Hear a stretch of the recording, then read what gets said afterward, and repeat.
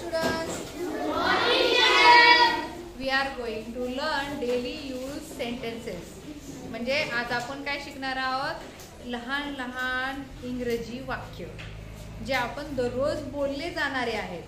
मग हे मराठीतले वाक्य इंग्लिश मध्ये कसं करायचं ते आज आपण बघणार आहोत.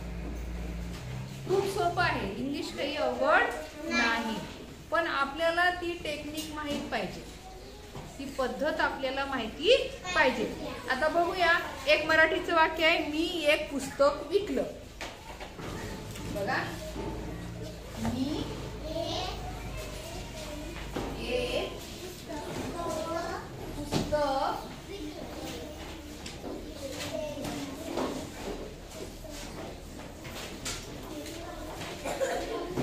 विकलं. बघा कसं वाक्य आहे, मी एक पुस्तक विकलं. आपली पद्धत काय आहे? कर्ता कर्म क्रियापद मराठीमध्ये आहे ना. मग कर्ता हा आहे, 1 नंबर द्या, कर्म 2 नंबर आणि क्रियापदाला 3 नंबर. पण इंग्रजीचं वाक्य करत असताना याच वाक्याला इंग्लिश मध्ये बनवत असताना काय करायचं? असा क्रम लावायचा, 1 3 2. बघा, 1 3 2. या पद्धतीने आपल्याला हे वाक्य तयार करायचं आहे. नैतिक वैभव, लक्ष द्या. मग बघा काय करायचं? 1 3 2 या पद्धतीने आपल्याला वाक्य तयार करायचं आहे. बघा, सांगा. आता विकलेला शब्द माहित पाहिजे तरच आपल्याला बनवता येईल. विकलं याला शब्द काय? Sold, SOLD. बघा, सोल्ड म्हणजे विकणे. सोल्ड विकलं, आय सोल्ड. आता एक पुस्तक, हे कर्म इकडे येणार. एक पुस्तकाला इंग्लिश मध्ये काय म्हणतात? A book. काय म्हणतात? A book.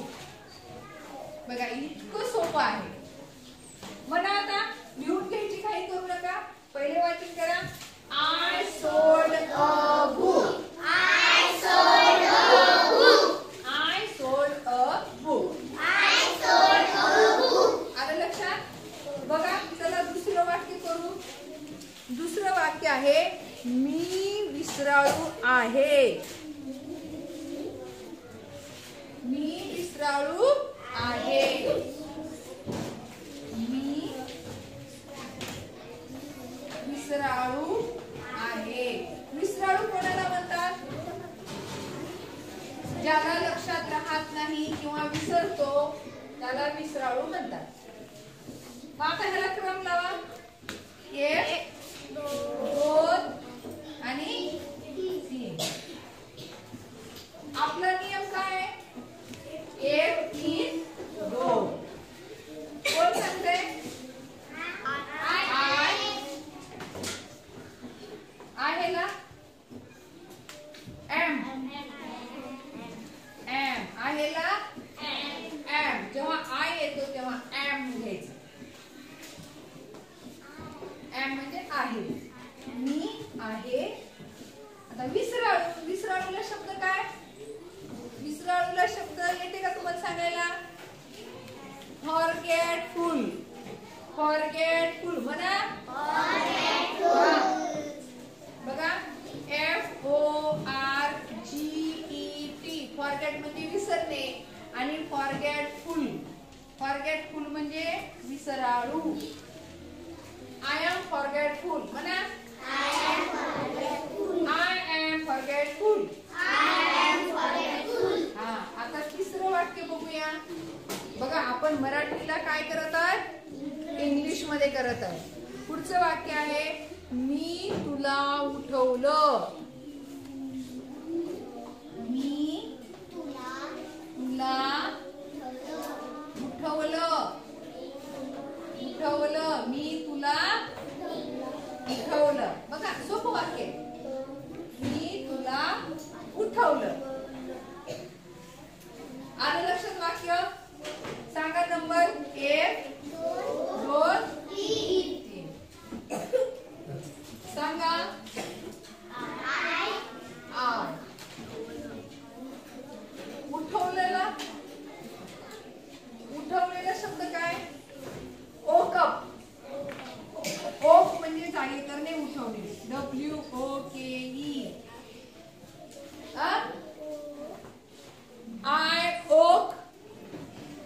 I woke up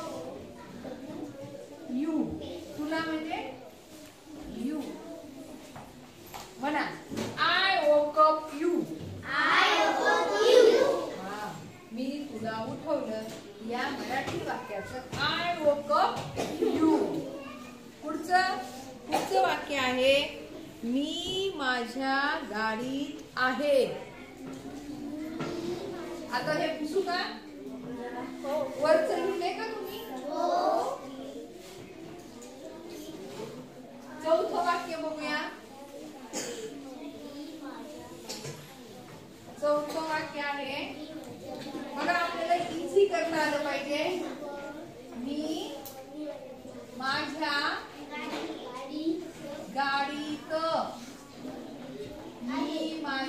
गाडीत आहे बघा हे झालं मराठीतलं वाक्य मी माझ्या गाडीत आहे बघा करता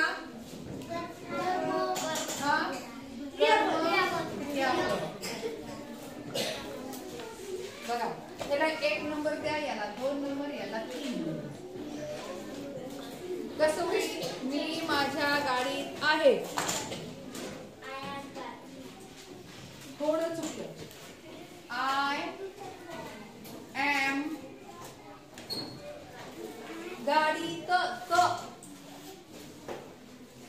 मी माझ्या गाडीत गाडीच्या मध्येला शब्द in I am in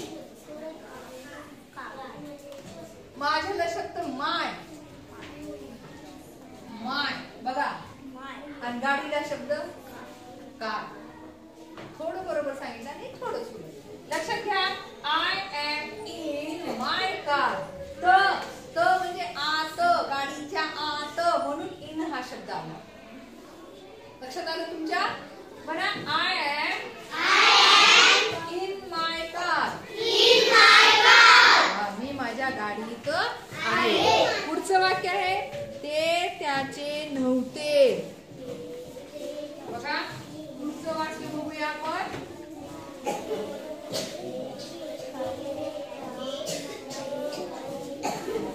पुढचं वाक्य आहे ते त्याचे नव्हते बघा सोपं वाक्य आहे नकारार्थी वाक्य आहे पण कसं आहे नकारार्थी होकारार्थी नाही ते त्याचे नव्हते तेला शब्द काय इट लक्षात ठेवत जा तेला शब्द काय इट नव्हते ते भूतकाळातलं वाक्य ते त्याचे नव्हते इट वॉज नॉट वॉज म्हणजे होता होती होते पण इथं नव्हते आहे वॉज नॉट बघा हा 1 नंबर हा 2 नंबर हा 3 नंबर इट वॉज नॉट पण कोणाचे त्याचे मग त्याचे इंग्लिश मध्ये शब्द काय हिज काय हिज बघा इट वॉज नॉट हिज या वॉज नॉट ला असं लिहितात ना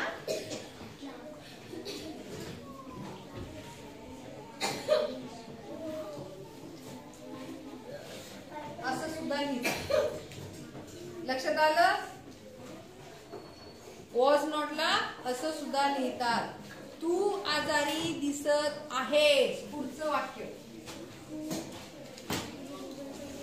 6 नंबरचं वाक्य बघूया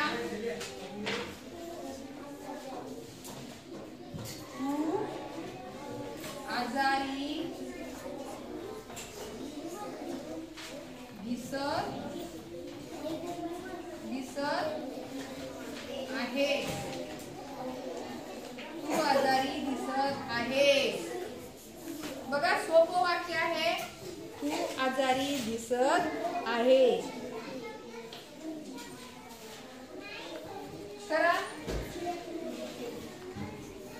नंबर द्यायला 1 नंबर 2 नंबर 3 नंबर. तू आजारी दिसत आहे. आता इथे कसं होईल बरं? तू आजारी दिसत आहे. सांगा. तुला शब्द आला यू. दिसत आहेसला शब्द आहे लुक. एकच शब्द आहे दिसत आहे. लुक. कशी? आजारी. सिक. SICK. सिक म्हणजे आजारी. बघा. यू लुक सिक. हे वाक्य काय करायचं? केंद्रीय व्यवस्थित म्हणत घेऊन आणायचं. ओके. नेक्स्ट वाक्य बघूया 7 नंबरचं. 7 नंबरचं वाक्य आहे कोण कुठे होते.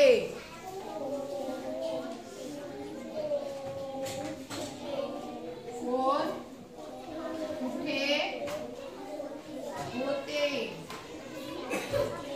बघा प्रश्नार्थक आहे. कोण कुठे होते.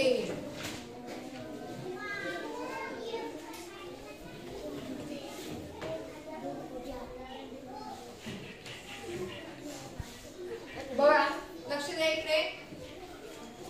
कोणता शब्द आहे हू. हू. WHO. हू म्हणजे कोण. हू. होतेला शब्द was. Who was. Who was. कुठेला शब्द काय इंग्लिश मध्ये where. WHERE. Where. Who was where? कोण कुठे होते. या शब्दाला who was where असं वाक्य तयार झालेलं आहे. समजलं का हे सर्व? सर्वांना समजलं? ओके. हे सर्व